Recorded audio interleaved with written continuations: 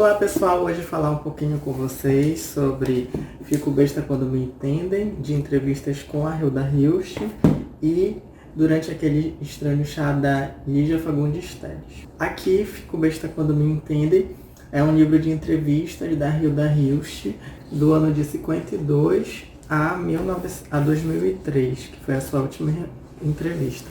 Eu acredito que ela faleceu em 2004 e esse livro foi organizado pelo Cristiano Diniz. Aqui, algumas temáticas que eram muito repetitivas durante esses anos de entrevistas, ele foi retirando, né?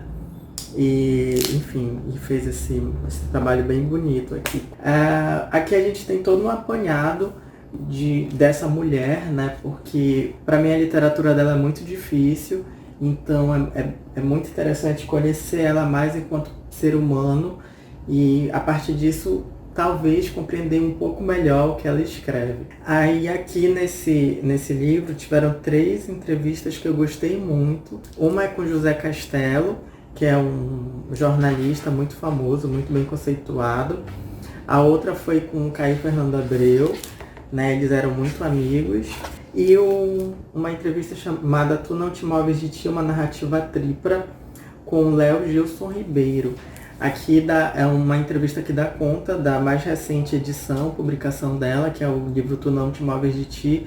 E é muito interessante assim como ela vai explicando esse livro, como esse entrevistador também muito inteligente vai entendendo essa narrativa e vai questionando ela a respeito. Aí, nesse livro se dá conta muito assim de como ela o que era ser escritora, qual o sentido da literatura dela, da escrita dela, o processo dela de sair da cidade grande de São Paulo para ir para esse lugar, né, para Casa do Sol, que é uma fazenda da família dela.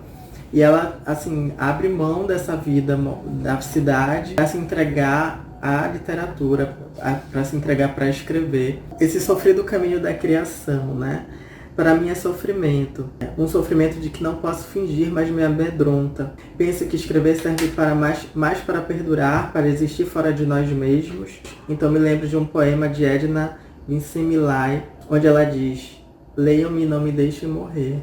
E assim, é muito bonito porque a literatura da Hilda, ela fala que ela tenta trabalhar com o extremo da paixão, que é um estado assim, né, alucinado e tal.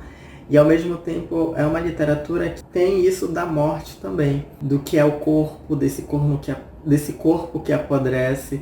E aí a gente vai se situando um pouco no que é isso, nessa capacidade dessa escrita, que é uma escrita muito hermética, né, que tem uma linguagem própria, fundamentada nesse encontro dela com isso, de uma construção assim com a palavra e do que ela vai pesquisando e vai dando norte, né, para o que ela escreveu. E é muito interessante assim o que é a palavra para ela, né, porque ela é uma trabalhadora da palavra e ela vai se esmiuçando nisso, assim, encontrando modos de trabalhar com essa palavra. E, assim, por aqui a gente entende que a literatura dela é algo que dialoga muito com a matemática, com a química, com a física. Então tem algo muito disso, assim, que ela explica mais à frente, né, nas entrevistas, que é algo da ordem. Ela gosta muito da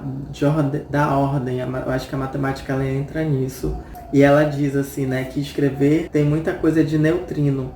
A gente escreve e vai atravessando os corpos mais densos e opacos possíveis, até encontrar o elemento de colisão. Tudo o que dissemos e que pareceu incompreensível, obscuro, torna-se claro, rutilante.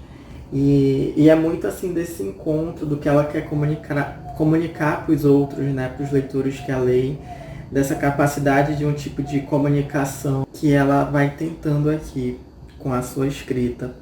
Na página 39 ela diz: estou convencida de que o amor é a única coisa a se viver. Minha infraestrutura é completamente amorosa. Eu queria viver sempre na paixão. Isso pode custar anos de vida, esse viver unicamente em função da paixão. Assim como uma corda esticada prestes a se romper, enquanto a vida cotidiana, a vida doméstica é uma coisa insuportável. Acho que só essa tensão, essa paixão justifica o tempo que passamos a viver. E eu daria com muito prazer anos da minha vida para só conhecer esse estado de paixão. Mesmo que seja muito difícil de suportar, porque se acaba morrendo por isso. Deixa-se a vida aí.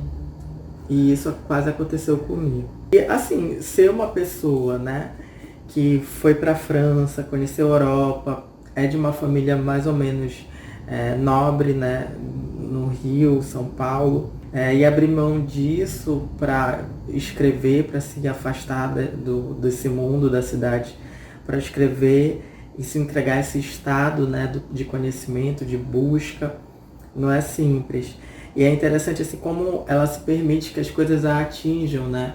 Então a ideia dela para isso vem a partir da leitura de um filósofo. E a partir desse filósofo ela abre mão de tudo, assim, vai, se entrega e dá a vida dela para a literatura. Perguntam para ela, né, o que ela faz pelo outro na escrita dela, na literatura, e ela responde: o que faço pelo outro? A resposta: um vazio absoluto.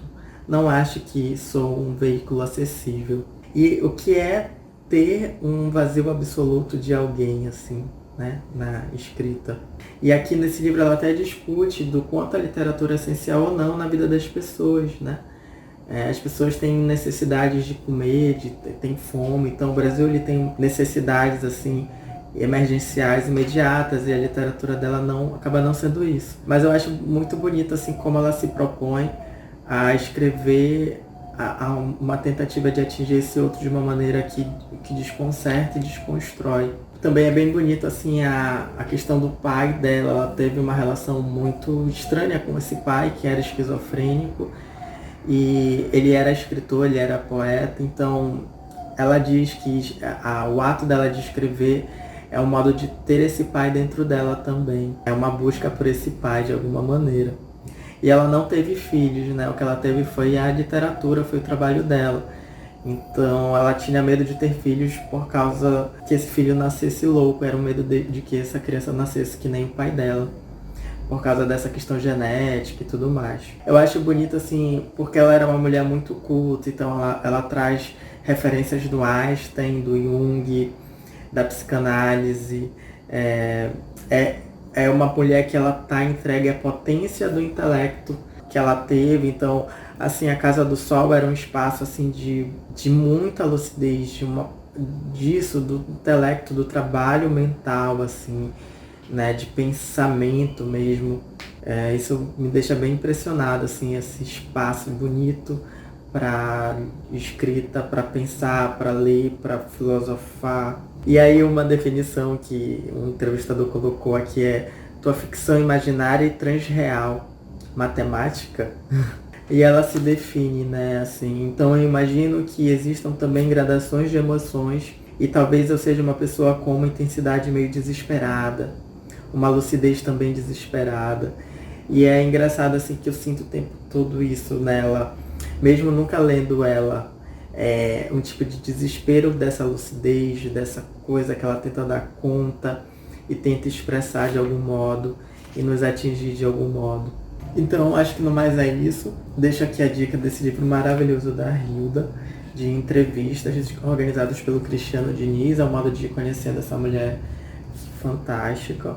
E Hilda era amiguíssima da Lígia Fagundes Teles. Esse livro da Lígia, eu fiquei de olho quando eu assisti uma entrevista dela no Roda Viva da década de 90. Eu achei muito bonito ela, porque ela é uma mulher muito idosa já. Hoje ela já está com 90 anos, na época ela tinha uns 70, 60, 70. E o que ela viveu, assim, né, enquanto personalidade, enquanto vida, as pessoas com quem ela se relacionou, da nossa história de Brasil. Então, durante esse estranho chá, é justamente esse encontro, essa conversa que ela tem com determinadas personalidades. E aqui o primeiro texto, né, se chama Onde Estiveste de Noite, com interrogação. Tem um livro da Clarice Lispector chamado Onde Estiveste de Noite, um livro de contos. E aqui é justamente ela pensando na Clarice, e no dia que a Clarice faleceu, Então elas se conheceram, elas foram em um congresso na Colômbia de escritores e lá elas conversaram e ela fala um pouco dessa conversa, da bebida, que elas ficaram meio porres. E ela pensando na Clarice no dia em que vem a notícia de que a Clarice faleceu. Então é bem interessante isso. A relação dela com Mário de Andrade, o encontro dela com Sartre, com a Simone de Beauvoir. Ela foi no apartamento da Simone de Beauvoir, quando ela já era uma senhora. A Hilda Hilst, né? Tem um texto aqui sobre a Hilda Hilst, em que ela pensa essa garota de como elas se conheceram, de como elas envelheceram juntas. É bem bonito. Carlos Drummond de Andrade, tem um texto dela aqui que é só sobre o Drummond. Eles também se conheceram, foram amigos. Mas é bem bonito assim, o modo como ela conheceu o Drummond, que foi pela literatura dele, pela poesia, e de como isso atravessou ela, a desconcertou. Então é bem bonito isso, assim. E deu vontade de ler Drummond. É um pecado, né, gente? A gente não lê Drummond. Jorge Luiz Borges, ela conheceu, se eu não me engano, ela entrevistou ele. Tem um texto sobre o Machado de Assis. A visita dela à Suécia com a Ana Miranda e o João Gilberto Nou. Nessa entrevista dela, Roda Viva, lá tá a Ana Miranda. A Ana Miranda escreveu Boca do Inferno. Tem um vídeo desse livro aqui no canal. E ela fala um pouquinho dessa visita, né? Jorge Amado também, ela tem um texto sobre ele, se conheceram também, Academia Brasileira de Letras. Então, aqui também tem um discurso dela sobre a Academia Brasileira de Letras, de quando ela entrou, ela foi a terceira mulher a entrar na Academia Brasileira. E ela aqui também, ela fala um pouco sobre o professor de Química que ela teve, sobre esse processo de invenção, o quanto a escrita vem disso também, desse processo de criar, inventar. E ela fala sobre o Boca do Inferno, que é o querido Gregório de Matos. Ela pensa sobre ele, pensa sobre um outro intelectual que ela chegou a conhecer e que ela admira muito. E ela faz aqui um relato muito emocionante do ex-marido dela que faleceu, que é o Paulo Emílio. É muito bonito isso aqui, porque uma pessoa que já tem uma idade é uma pessoa que já viveu muitas coisas e já conheceu e se relacionou profundamente com muitas pessoas, e tem a morte, né? E aí é interessante assim como ela vai refletindo sobre esse processo dessas pessoas tão queridas e tão amadas que foram embora. O Paulo Emílio, ele era um escritor teórico, então ele escrevia sobre cinema, e ele teve uma experiência de escrever um livro de literatura que se chama Três Mulheres de Três Pepes. E foi um livro super premiado, assim, quando ele publicou. E ele, depois que escreveu, ele perguntou para ela, mas por que você não me disse antes? Né, o quanto é fantástico poder escrever ficção, né? E logo depois que ele escreveu esse livro, que ele estava feliz com as críticas, ele sai da casa, né, no mercado, algo do gênero, e não volta nunca mais, assim. Né? Ele teve um infarto fulminante. É muito emocionante, assim, o que fica, né? Porque ela não fala disso com um sofrimento. Ela fala disso como uma coisa que dói, de uma saudade que tem e de algo que fica para sempre. Eu acho que no mais é isso, pessoal. Deixo aqui a dica desse livro Durante Aquele Estranho Chá. Tem a entrevista dela no Roda Viva, que eu indico muito, é inspirador. E vamos ler de Diego Fagundes Telles. Eu só li dela esse livro, mas eu pretendo dar prosseguimento à literatura dela, conhecer melhor. Mas é isso, pessoal. Encerrar o vídeo por aqui. Até o próximo vídeo.